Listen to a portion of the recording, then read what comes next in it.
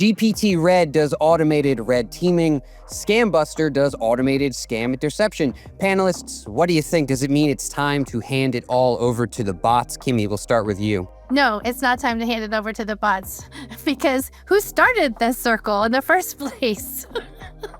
I'm only ready to hand over cooking to the bots. If there's a tool for that, I'm all in. I want to be different and say yes just because everyone said no, but no, definitely no. Hello, and welcome to Security Intelligence, IBM's weekly cybersecurity podcast, where our expert panelists turn the biggest industry news stories into practical takeaways that you can use. I'm your host, Matt Kosinski, and joining me this week, we've got Michelle Alvarez, Manager, X-Force Strategic Threat Analysis. We've got Nick Bradley, Manager, X-Force Threat Intelligence and Cat Wrangler. And we've got Kimmie Farrington, Security Detection Engineer. We're going to be talking about Scambuster. It's an open source tool that uses AI to scam the scammers. And we're going to be talking about the possible erosion of cybersecurity skills tied to some of these new AI tools. But first, GPT-Red. OpenAI shared details last week of its internal automated red teaming model called GPT-Red. It's essentially trained to be a master prompt injector, and it performs even better than humans do. In one competition, for example, GPT-Red had an 84% success rate compared to 13% for human red teamers. OpenAI basically uses GPT-Red to red team its models, obviously, and then it uses those findings to train further models, which they say is why GPT-5.6 Sol was so robust. You know, to kind of illustrate the success they've had, there's a class of prompt injection attacks called fake chain of thought attacks. These were 95% effective on GPT 5.1, but they're only 10% effective on GPT 5.6, and they chalk that up to GPT-Red. Now, there's no suggestion that GPT-Red is going to come to the public ever. It's just a thing that OpenAI uses. But I think it's still worth talking about AI red teaming in general, especially one that gets such good results. Kimmie, I'll start with you. Thoughts on AI red teaming, on setting the bots loose like this to test our systems? How do you feel about it? Well, I would say that it's not setting the bots loose necessarily, right? They have a configured mission that they're trying to solve, right? They're looking for ways in. They're pretending to be a pen tester, and they're very effective at it. That's awesome. The second part of that is OpenAI is using it to feed back into their models to make them more robust, and that is absolutely necessary in all models. So good job, OpenAI. Michelle, how about you? How are you feeling about GPT-Red, about AI red teaming, the results that OpenAI has seen? What's your take here? Yeah, so from what OpenAI has shared, I think the results suggest that models can now resist, or at least based on their evidence, many attacks that maybe previously succeeded at high rates. So I think any tools that are able to sort of lower that attack rate against our AI systems could be very beneficial. Yeah, I think it's really telling that this is so successful with prompt injections in particular, right? Because this is a type of attack that ever since it was kind of formatted or formulated and developed, people have been saying, what do we do about this? How do we stop it? And this seems like maybe we're on to at least something that can go in that direction, right? It was a pretty significant drop from, 95% effective to 10% effective. Nick, let's bring you in here now. What are your thoughts on AI red teaming, GPT-Red, this conversation so far? Where are you going with it? Well, so first off, Matt, I expect nothing less than you to be flippant about your explanation of a question. I mean, I agree with everything that's been said so far, but what I will say is I feel like this is the natural evolution of what we should have expected with frontier models doing what they do. This, in my opinion, is almost like a specialist of frontier models, right? So instead of being a general practitioner, this is the brain surgeon or the heart surgeon. This one is specifically there to help with the LLMs being vulnerable to prompt injection, and that's what it does. It's not just another frontier model. It's very specialized.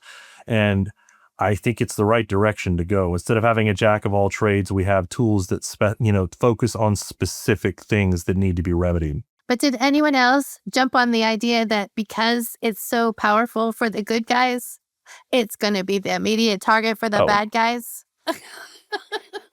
Of I mean, course, Cobalt Strike, hello.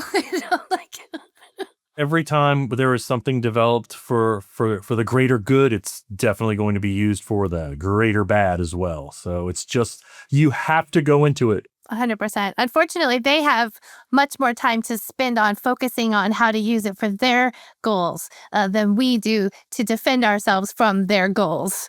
I agree. And I expect nothing less. I mean, it's going to continue to be the same race that we've been in since the start of this, and it's just going to continue.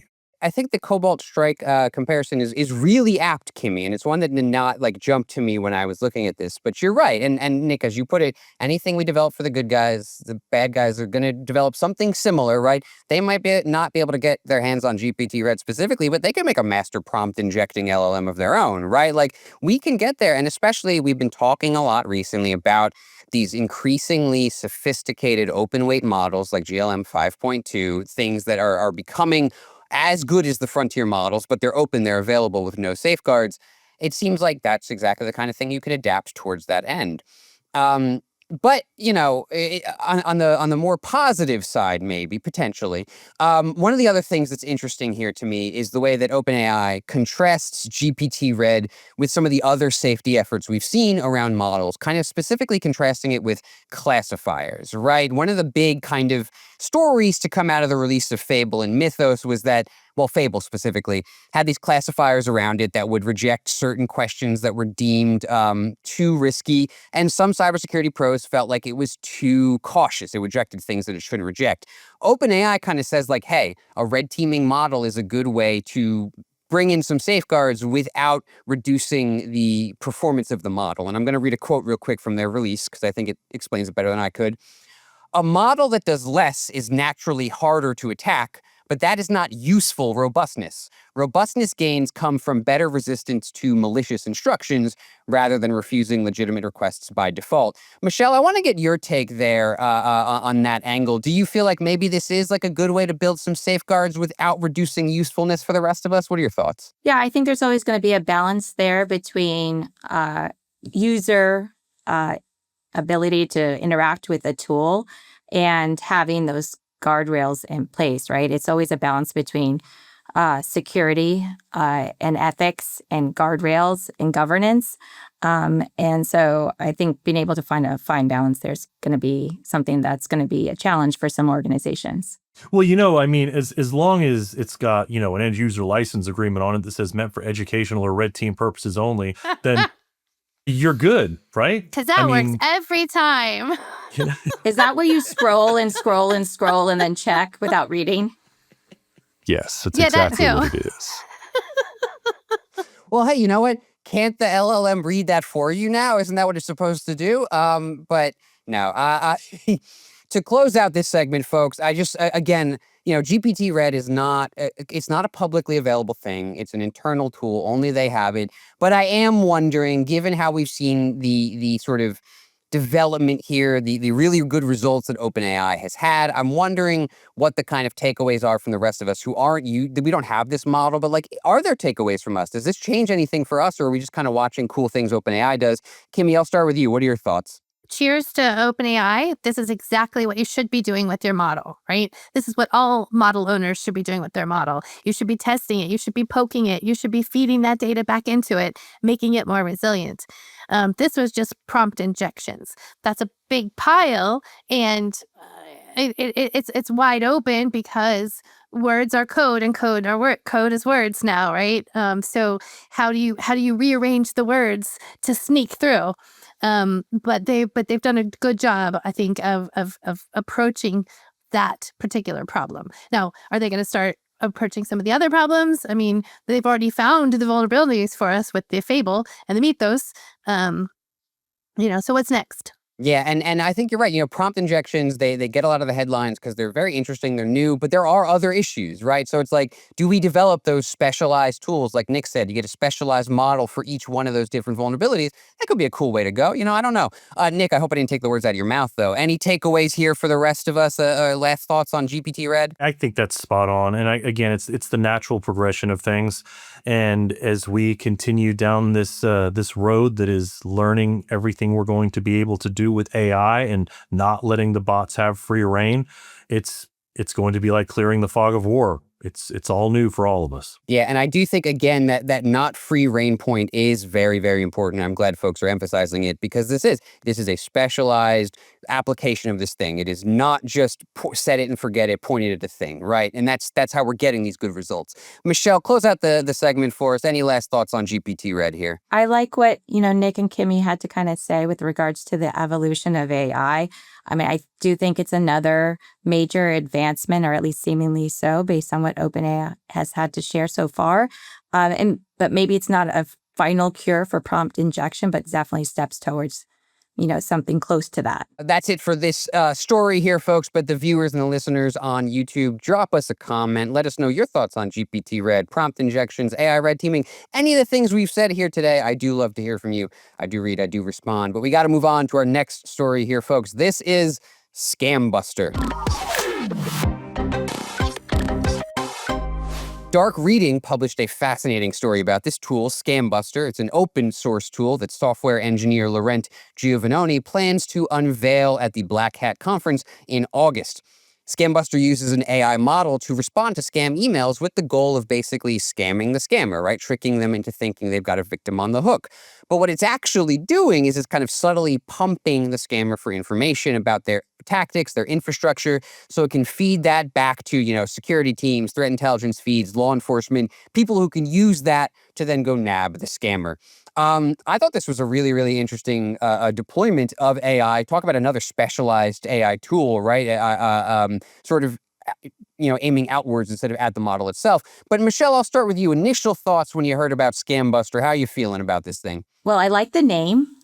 I like the name Scam Buster. It has a nice ring to it. I can see maybe a jingle going with it and a commercial to follow. Scam Busters. And there you have it. Thanks, Kimmie.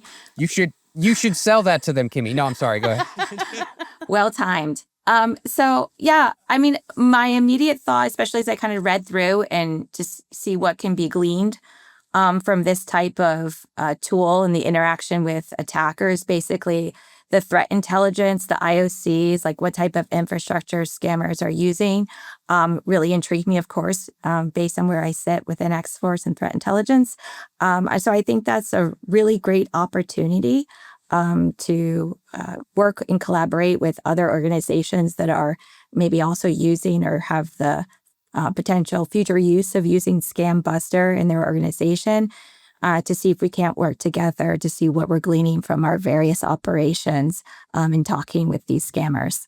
Absolutely. And I think a lot of people have been thinking about, can LLMs play a role in addressing social engineering? And I've seen some, shall we say, less than convincing takes on that. But this is the first one that I've seen where I've you know what? Actually, maybe that can do something here. Nick, I want to get your thoughts. And especially, to me, this seems like another one of those specialized models applications you were talking about. I'm wondering, do you see it in the same light? How are you feeling about Scam Buster? I definitely do. And the little law enforcement officer hiding inside of me is just stoked to hear about this, because hopefully something like this I know it's very beekeeper-esque, but I'd love to see this lead in that direction, right? Where it builds the profiles, it investigates enough, it tracks them down, and then it can be turned over to law enforcement and somebody goes and kicks in a door and solves the problem, right? At least let me dream. Let me dream. I like the idea, and it kind of gives me a little bit of a throwback. A couple episodes ago of our Not the Situation Room podcast, I talked about a scammer that tried coming after me, not knowing who I was, and I had a little bit of fun playing with them as well. And so taking this to the next level, it just makes me feel like, what took us so long? Why did we wait this long to do something like this? Oh, because we didn't have AI before. So now I'm all on board. I think anything we can do to shut these people down and make life harder for them is worth every minute or every token spent. Very good. Very good. Do you happen to offhand remember the episode number for that one? Because I'd love to, if people want to hear that story, I think it'd be fascinating to send them there. I think it was episode 39. Cool, folks. Go look at Not the Situation Room episode 39. I'm gonna go look because I want to hear about this story as well. Kimmie, let's bring you in here. Let's ask you your thoughts on Scambuster. What does it look like to you? How are you feeling about this application of AI? The first thing I thought of was Nick, because Nick is the kind of guy who would mess back with those people if they hit him up. And so I find it perfectly normal that there's an episode about this already. I did think to myself, oh, there are a certain number of people in my world that would, take the time to mess with these people right back again.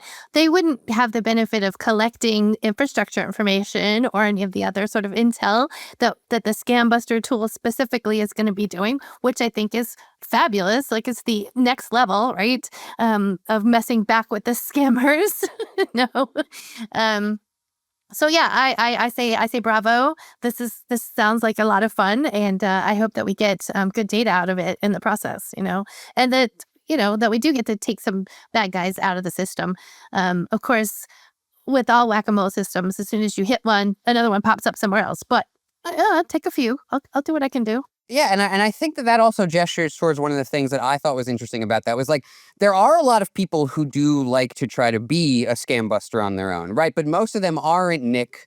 They don't have those skills, right? And so often the advice we give people is don't engage, don't try to be a scam buster. You don't know what you're doing. I think it's kind of neat that this thing can do that work and get the benefit and maybe skirt some of those potential issues that, like, a person who's not as skilled as Nick could get themselves into when they do this.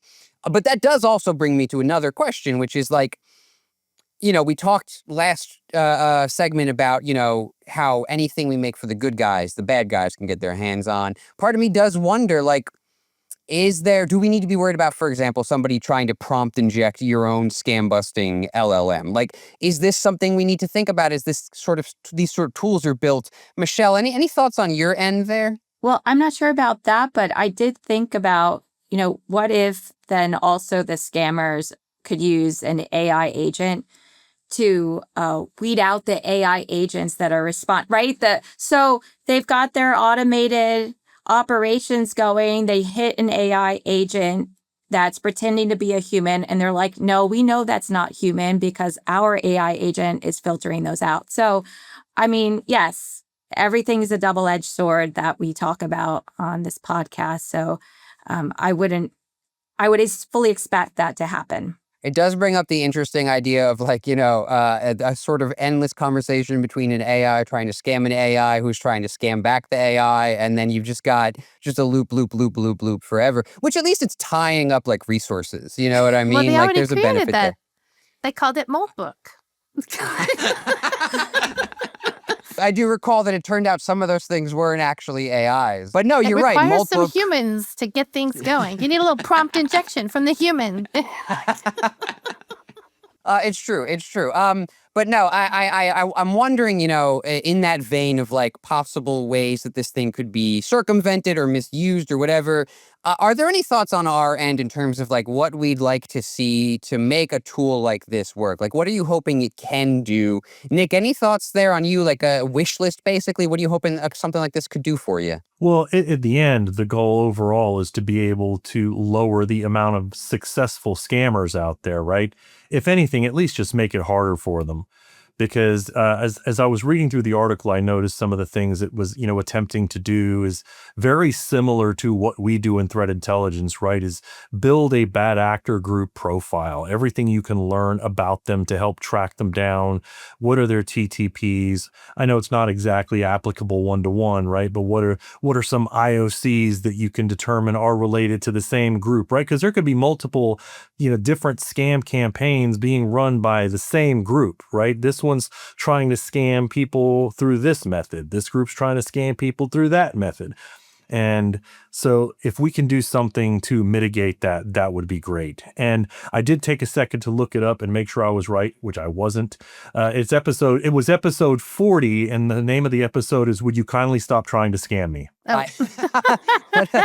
I mean, that title should have told us all that that's what it was. But yeah, check out episode 40. But Nick, I like that you point out this correlation kind of thing, the ability to kind of connect maybe some of the dots, because, it makes me think about these massive campaigns we've seen in the past. Scattered lapses hunters, they were all the rage last summer, and they doing all kinds of things all over the place. And maybe something like this can help us see, that attack over there and that attack over there that we thought were disconnected, they're actually connected as part of the same thing. So I like that. Kimmie, any thoughts on your end in terms of like what you'd like to see from a tool like this, what you hope it could do? I would like to see a lowering of the volume of scams in general. Yes. I'd like to see a few people go to jail. That'd be fantastic. But I really like, I really like the idea of the intel collection and scamming the scammers in the background because they don't know that you're collecting their data, that kind of thing.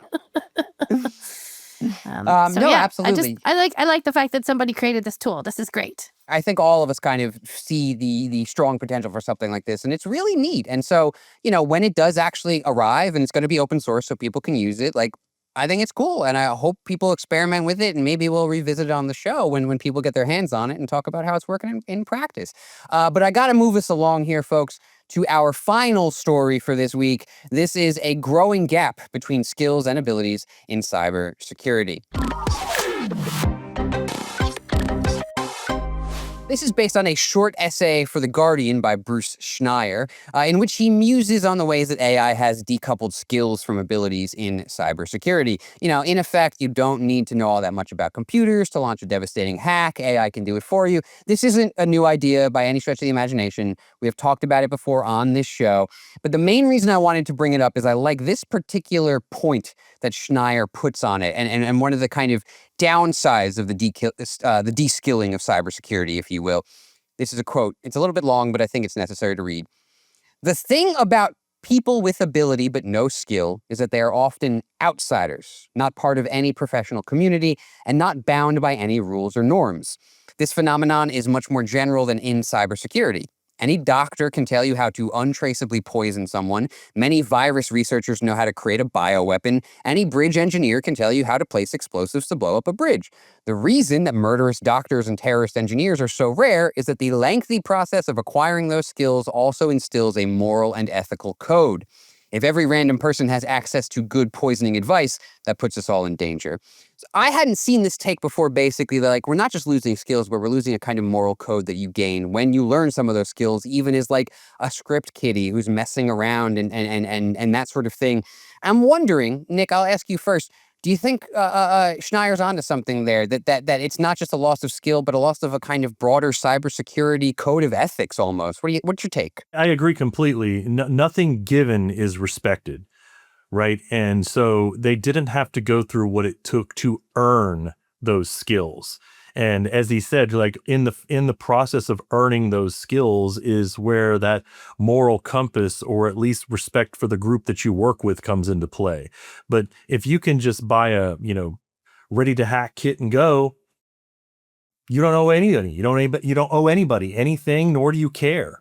And the point there, though, is I think it goes both ways, because we're talking about, on our front, we're talking about cybersecurity experts that can lose skill versus ability, right? But this goes both ways, because you're also going to have bad actors that only know how to use what they bought. They aren't going to know how to do anything else outside of that. They only have ability. They have no skill. That's an interesting spin on that. And it's almost like, follow-up question for you there, because I like this. Do you think that makes them more dangerous or less dangerous, to have kind of ability without skill? Or maybe it's the same, but just a different style of attack. Any takes there? I actually think it makes them less dangerous, because they don't know what they're doing. And so they're going to probably get themselves caught a lot easier. I'm more than open to an argument to that thought line of thinking, but because I can make an argument for both, but I really think it makes them less dangerous. I would go the other way. I would say that it would make them more dangerous, personally, because they don't know what they're doing. And so there's a high probability that they're going to kick something off that causes chaos that they don't know they're going to cause. Now, if you're a bad guy and your goal is to cause chaos, then no problem. But again, you are more dangerous than you were before. But going to the argument of built-in moral code, because you went through the certifications of learning a thing, I would argue that those two things are not necessarily married. That humans come with moral code and the concept of ethics. AIs do not. We have to build that into them, right? Schneier says that we gain the moral code and the ethics while we go through the certification process. I say we come with them. Some people throw them out the window already. Some people have no moral code and ethics, and they will use the tools in a bad way, right? So, but is that an argument for skill and ability?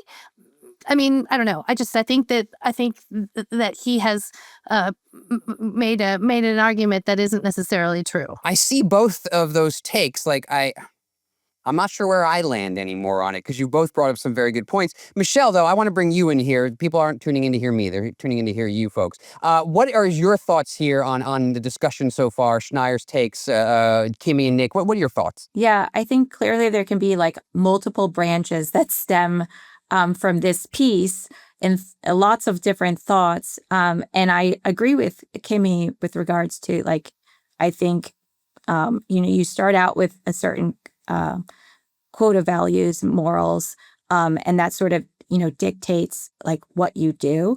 And so if you're in cybersecurity, or if you're not, or if you're,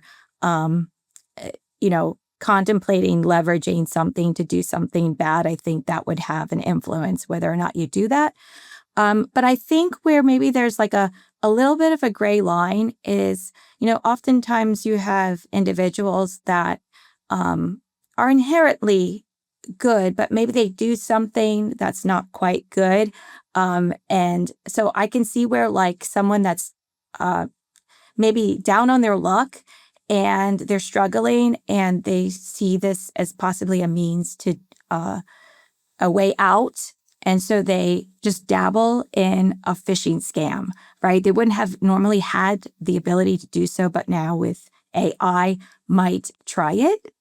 And not that they would make a lifelong cybercriminal career out of it, but it's something that they might do and where they otherwise maybe wouldn't have had the opportunity, or I shouldn't use the word opportunity, but you know what I mean.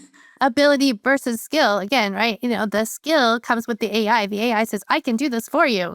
The ability was, I didn't actually know what I was doing when I started. I wouldn't have come up with this idea on my own, but I got an opportunity, so to speak, now, so I'm taking it. I think the differences, the different opinions that we put out here all have value. But I think the one thing that is the same across the board is the chasm between skill and ability still continues to widen, regardless of what our opinion is. And it's going to affect us on the cybersecurity, good guy side, or same as it is going to affect them on the bad guy side, because they're also going to lose skill while AI is giving them abilities they wouldn't have had that they didn't have to learn, because it's going to just do it for them. Same on our side. I can red team a little bit here, I can blue team a little bit here, and I didn't have the skill, but I got the ability because AI can do it for me. And what happens when I've got to do something the AI can't do? Okay, now I'm lost. Same for them. What happens when what they're trying to do doesn't work and the AI doesn't accomplish it for them? They don't have the skill required to fill the gap and fix it. So the conundrum is going to affect us across the board. I like that you frame it on that, right, Nick? And that was a really good way to put it, of like, hey, look, we can have all the opinions we want, but like the gap does exist and it's going to keep growing, right? And so to kind of round out the show, then my question to you folks becomes like, so what? What is the so what for us? This gap is growing. It is. We are going to have to deal with it on both sides, like Nick said, attackers and defenders. What does it mean for us, if anything? Kimmie, I'll start with you. What's the so what here? What's the takeaway? The so what is, we got to continue to keep up our personal skills. As much as yes, we have AI and AI can do things beyond what we originally could do. If you don't keep up with it, if you don't know what it's doing for you, you're just going to be dangerous. That's all there is to it. So I got to skill up. I have AI doing things for me and I'm like, is that right? I don't know. Oh, shoot. There was like a basic rule of thumb that Ian Malloy kind of posed on the last episode we did, where he was like, would you still be able to do your job if someone suddenly took away your AI, right? Like you should still have the skills necessary so that even if the AI makes you better at your work and you use it for that, and you should know enough about it that, like, if the AI suddenly disappeared, you could still do your job. And I kind of like that as like a rule of thumb. And I think that aligns a lot with what you're saying there, Kimmie. Michelle, how about you? Any kind of, what's the takeaway? What's the so what here for the rest of us? I just immediately thought, would I know if that's grammatically correct? The answer is definitively sometimes. Maybe. Did I use the Oxford comma in the right way? Thank goodness for AI for that. So yeah, I mean, I believe all of us on this show have been in this industry in our careers long enough where this doesn't impact us as much as it does the newer entry level individuals coming to the career right now. And so, this is something I think, obviously, we should think about it as well. But I think it's really something for them to, sort of contemplate and ask themselves, do I have the foundation? And if so, then I can kind of move to that next level. And if you don't, really network and talk to people in your organization and your industry to make sure that you can fill those gaps with or without AI. I love that. Nick, close out the show for us. What are your final thoughts here? What's the takeaway for everyone? Don't let AI make you lazy. Use AI for what it was intended, and that's to be a force multiplier, not a replacement. I love it. Folks, that does it for this episode. Thank you to our panelists, Nick and Kimmie and Michelle. Thank you to the viewers and the listeners. Thank you to our producers. Subscribe to Security Intelligence wherever podcasts are found. Stay safe out there. And remember, at the top of the show, we asked, is it time to hand things over to the bots? I think the resounding answer here is no. No.